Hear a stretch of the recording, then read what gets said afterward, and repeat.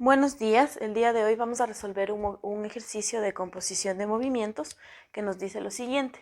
Un joven de 16 años sale a cosechar con su padre al otro lado del río, que deben cruzar en una canoa. El joven ha comprado un velocímetro. Con él logra ver que la velocidad de la canoa es de 14 metros por segundo y es perpendicular a la corriente del río, que es de 10 metros por segundo. Calcular el tiempo que tarda la barca en atravesar el río. Entonces, más o menos en un gráfico podemos observar, tenemos el río, que el ancho es de 200 metros y la canoa tiene que cruzar al otro lado.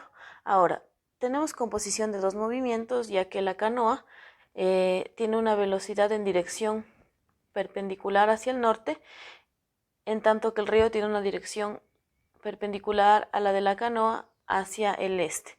Entonces podemos observar que la corriente del río está yendo en esta dirección y la canoa quiere atravesar perpendicularmente. Entonces a eso se refiere en el problema cuando nos dice perpendicular.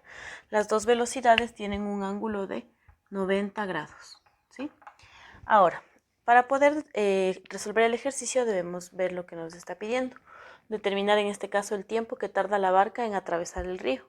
Para eso nosotros tenemos que tomar en cuenta que la trayectoria no va a ser completamente recta en un ángulo de 90 grados. ¿Por qué razón? Porque la corriente del río lo que hace es moverle a la canoa, supongamos que la canoa está en este punto, moverle a la canoa en esta dirección y la canoa, en vez de llegar a este punto al cruzar al río, va a llegar a este punto de acá. Entonces aquí le voy a poner punto de llegada. Es decir, lo que hace la corriente del río es mover la trayectoria de la canoa. Ya no va a ir en línea recta, sino que va a ir en forma inclinada. Obviamente manteniendo una trayectoria rectilínea, pero ya no completamente perpendicular, sino inclinada. Entonces, tomando en cuenta esto, vamos a recordar las fórmulas de MRU. Vamos a observar que tenemos dos ejes. Tenemos el eje X y el eje Y en este caso. Entonces vamos a colocar aquí X y Y. Entonces de esta forma vamos a escribir las dos fórmulas de MRU en los dos ejes.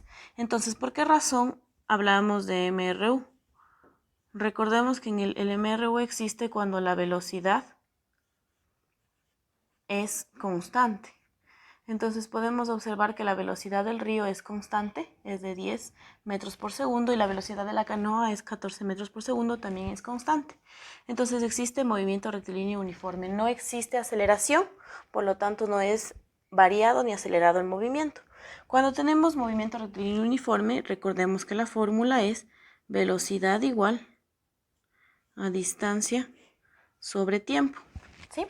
Entonces esta es la fórmula que vamos a utilizar. Ahora, como tenemos dos ejes, vamos a diferenciar esta fórmula para ambos ejes. Entonces vamos a colocar aquí para el eje X y para el eje Y.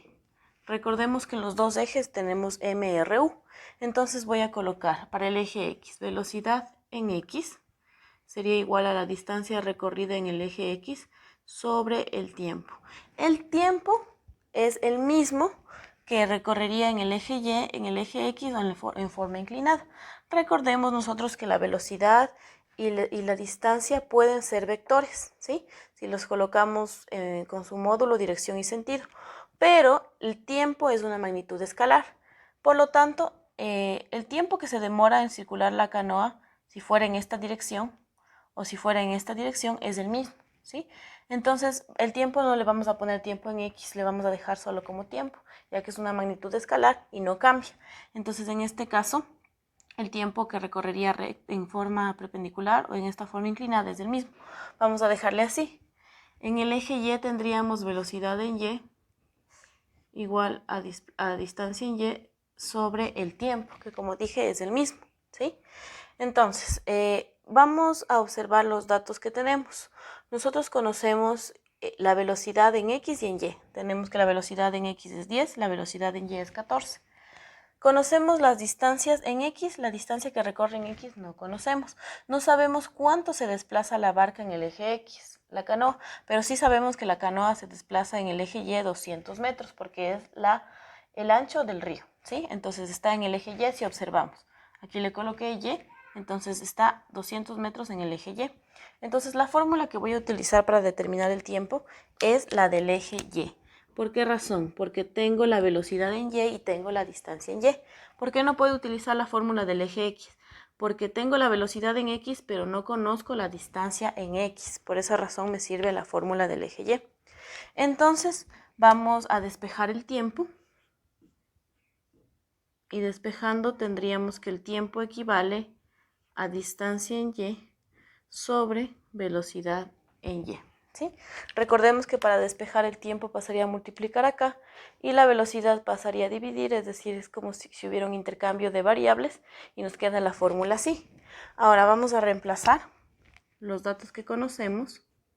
Tendríamos que el tiempo, la distancia en Y es el ancho del río, es 200 metros. Y la velocidad en Y es la velocidad de la canoa, porque en el eje Y la canoa está yendo en esa dirección. No podemos tomar en cuenta la velocidad del río, sino solo la de la canoa, que es 14 metros sobre segundo. Entonces, que es 14,29 segundos. Recordemos que los metros aquí se pueden simplificar y nos queda segundo la unidad. Entonces esta sería la respuesta. En el caso de que en el problema nos pidiera determinar velocidad o posición, ahí tendríamos que hacer un proceso un poquito más extenso, ya que la velocidad y la posición son vectores. Pero como nos está pidiendo determinar el tiempo es una magnitud escalar. Solo se describe con una cantidad y la unidad. Por esa razón podemos aplicar las fórmulas escalarmente y calcular de esa forma el tiempo. Repito, no pude utilizar la fórmula del eje X porque no conocía la distancia en X.